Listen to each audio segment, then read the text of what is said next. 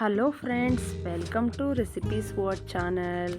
ನಾವಿವತ್ತು ಕಜ್ಜಿಕಾಯಿ ಮಾಡ್ತಾಯಿದ್ದೀವಿ. ಕಜ್ಜಿಕಾಯಿ ಮಾಡಲು ಬೇಕಾಗುವ ಸಾಮಗ್ರಿಗಳು: ಪುಟಾಣಿ, ಬೆಲ್ಲ, ಕೊಬ್ಬರಿ, ಏಲಕ್ಕಿ ಮತ್ತು ಎಳ್ಳು.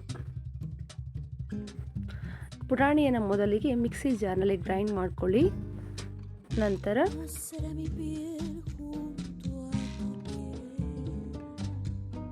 ಒಂದು ಪಾತ್ರೆಗೆ ತೆಗೆದಿಟ್ಕೊಂಡು ಅದಕ್ಕೆ ಮಿಕ್ಸಿ ಜಾರ್ನಲ್ಲಿ ಸಣ್ಣಗೆ ಗ್ರೈಂಡ್ ಮಾಡ್ಕೊಬೇಕು. ಕೊಬ್ಬರಿನೂ ಕೂಡ ಗ್ರೈಂಡ್ ಮಾಡಿಕೊಂಡ್ರೆ ಕೊಬ್ಬರಿ ಪುಟಾಣಿ ಹಿಟ್ಟೊಳಗೆ ಚೆನ್ನಾಗಿ ಬೆರೆಯುತ್ತೆ. ಜೊತೆಗೆ ಬೆಲ್ಲನೂ ಕೂಡ ಸಣ್ಣಗೆ ಅದನ್ನು ಪುಡಿ ಮಾಡಿ ಇಟ್ಕೊಳ್ಳಿ. ಅದನ್ನು ಕೂಡ ಹಾಕಿ ಮತ್ತು ಎಳ್ಳನ್ನು ಹುರಿದಿಟ್ಕೊಬೇಕು. ಆ ಎಳ್ಳನ್ನು ಕೂಡ ಸೇರಿಸಿ ಮಿಶ್ರಣ ಮಾಡ್ಕೊಳ್ಳಿ. ಏಲಕ್ಕಿ ಅದನ್ನು ಕೂಡ ಸೇರಿಸಿ ಚೆನ್ನಾಗಿ ಮಿಶ್ರಣವನ್ನು ಮಿಕ್ಸ್ ಮಾಡ್ತಾ ಹೋಗಿ. ಒಂದು ಪಾತ್ರೆಯಲ್ಲಿ 3 ಬಟ್ಟಲು ಮೈದಾ, 1 ಬಟ್ಟಲು ಚಿರೋಟಿ ರವೆಯನ್ನು ಹಾಕ್ತಾ ಇದ್ದೀವಿ. ಸ್ವಲ್ಪ ಉಪ್ಪು ಮತ್ತು ನೀರನ್ನು ಹಾಕಿ ಚೆನ್ನಾಗಿ ಮಿಶ್ರಣ ಮಾಡ್ಕೊಬೇಕು. ಅಂದರೆ ಇದನ್ನು ಚಪಾತಿ ಹಿಟ್ಟಿನ ಹದಕ್ಕೆ ಮಾಡ್ಕೊಬೇಕು. ಮತ್ತು ತೀರಾ ಸಾಫ್ಟು ಆಗಬಾರ್ದು. ಇದು ಸಾಫ್ಟ್ ಆದರೆ ಕೈಗೆ ಅಂಟ್ಕೊಂಡ್ಬಿಡುತ್ತೆ. ಒಂದು ಮೀಡಿಯಮ್ ಲೆವೆಲಲ್ಲಿ ಅದನ್ನು ಹಿಟ್ಟನ್ನು ಚೆನ್ನಾಗಿ ಕಲಿಸ್ಕೊಬೇಕು. ನಾನಿಲ್ಲಿ ಚಿರೋಟಿ ರವೆ ಹಾಕ್ತಾ ಇರೋ ಉದ್ದೇಶ ಏನಂದರೆ ಕರ್ಜಿಕಾಯಿ ಕ್ರಿಸ್ಪಿಯಾಗಿ ಬರಲಿ ಅಂತ ಹಾಕ್ತಾಯಿದ್ದೀನಿ. ಇದನ್ನು ಚೆನ್ನಾಗಿ ಮಿಶ್ರಣ ಮಾಡ್ಕೊತಾ ಇದ್ದೀನಿ. ಮಾಡಿಕೊಂಡು ಒಂದು 2 ನಿಮಿಷ ಸಾಕು, ಎತ್ತಿಟ್ಬಿಡ್ರಿ.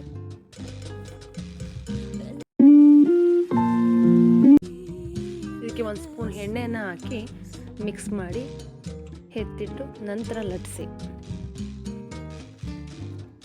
ಯಾಕಂದರೆ ಇದು ಕೈಗೆ ಅಂಟೋದಿಲ್ಲ. ಸಾಫ್ಟಾಗಿ ಚೆನ್ನಾಗಿ ಲಟ್ಸೋಕ್ಕೆಲ್ಲ ತುಂಬ ಚೆನ್ನಾಗಿ ಬರುತ್ತೆ. ಇದರಲ್ಲಿ ಮೊದಲು ನಾವು ಅದು ಸಣ್ಣದು ಉಂಡೆ ಮಾಡ್ಕೊಬೇಕು. ಉಂಡೆ ಮಾಡಿಕೊಂಡು ಲಟ್ಟಣಿಗೆ ತೊಗೊಂಡು ಲಟ್ಟಿಸ್ತಾ ಹೋಗಬೇಕು. ನಂತರ ಪೌಡರನ್ನು ಹಾಕಿ ಅದನ್ನು ಮಡಿತಾ ಹೋಗಬೇಕು.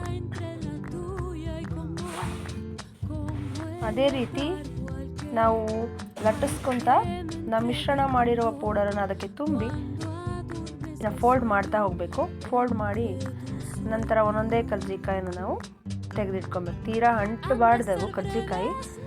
ಫ್ರೀಯಾಗಿ ಆರಾಮ್ ಬರೋ ರೀತಿ ಅದನ್ನು ಹಿಟ್ಟನ್ನು ನಾವು ನಾದ್ಕೊಬೇಕು.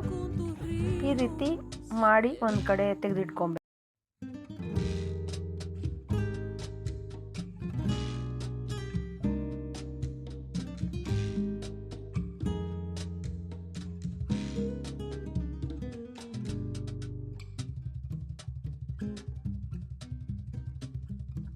ಮಾಡಿ ತೆಗೆದಿಟ್ಕೊಂಡಂತಹ ಕರ್ಜಿಕಾಯಿಗಳನ್ನ ನೆಕ್ಸ್ಟ್ ಎಣ್ಣೆಯಲ್ಲಿ ಕರಿಯೋಕ್ಕೆ ರೆಡಿ ಮಾಡ್ಕೊಬೇಕು.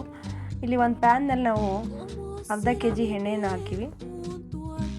ಇಲ್ಲಿ ನೆಕ್ಸ್ಟ್ ಮಾಡಿಟ್ಕೊಂಡಂತಹ ಕರ್ಜಿಕಾಯಿಗಳನ್ನ ಎಣ್ಣೆ ಕಾದ ನಂತರ ಕರ್ಜಿಕಾಯಿಗಳನ್ನ ಒಂದೊಂದೇ ಹಾಕ್ತಾ ಹೋಗಬೇಕು. ಹಾಗೆ ಕ್ರಿಸ್ಪಿಯಾಗಿ ಬರ್ತವೆ.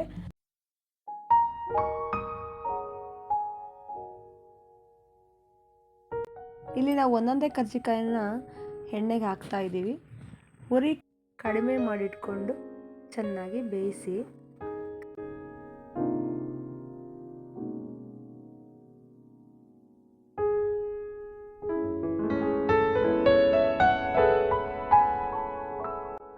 ಒಂದು ಸೈಡ್ ಬೆಂದ ನಂತರ ಇನ್ನೊಂದು ಸೈಡ್ಗೆ ಅದನ್ನು ಮಗಿಸ್ತಾ ಹೋಗಬೇಕು. ಹಾಗೆ 2 ಸೈಡು ಕೂಡ ಚೆನ್ನಾಗಿ ಬೇಯಬೇಕು. ಬೆಂದ ನಂತರ ನಿಧಾನವಾಗಿ ಅದನ್ನು ಹೊರಗೆ ತೆಗೀರಿ.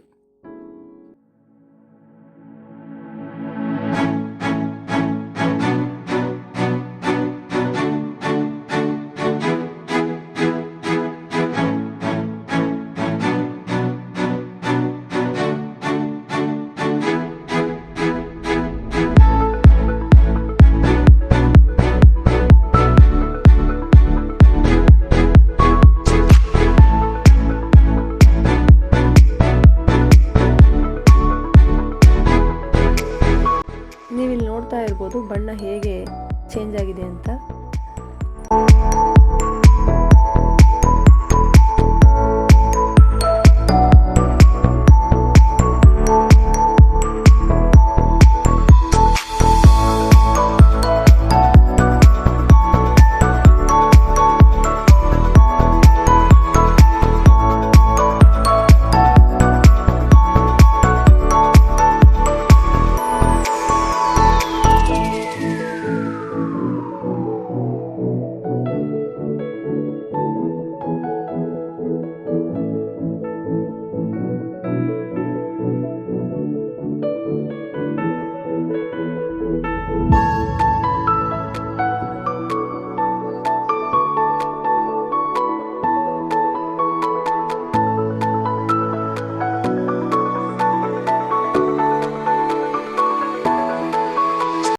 ಬಿಸಿ ಬಿಸಿಯಾದ ರುಚಿ ರುಚಿಯಾದ ಕರ್ಜಿಕಾಯಿ ಸವಿಯಲು ಸಿದ್ಧ. ಮನೆಯಲ್ಲಿ ಈ ರೀತಿ ನೀವು ಕೂಡ ಟ್ರೈ ಮಾಡಿ. ನನ್ನ ಈ ಪುಟ್ಟ ಪ್ರಯತ್ನದಲ್ಲಿ ನಿಮ್ಮದೊಂದು ಸಲಹೆ ಇರಲಿ ಫ್ರೆಂಡ್ಸ್. ಹಾಗಾಗಿ ಕಮೆಂಟ್ ಸೆಕ್ಷನ್ಗೆ ಹೋಗಿ ನಿಮ್ಮ ಅನಿಸಿಕೆ ಹಾಗೂ ಸಲಹೆಗಳನ್ನು ತಿಳಿಸಿ ಫ್ರೆಂಡ್ಸ್. ಲೈಕ್ ಮಾಡಿ, ಶೇರ್ ಮಾಡಿ ಹಾಗೂ ಸಬ್ಸ್ಕ್ರೈಬ್ ಮಾಡಿ ಫ್ರೆಂಡ್ಸ್.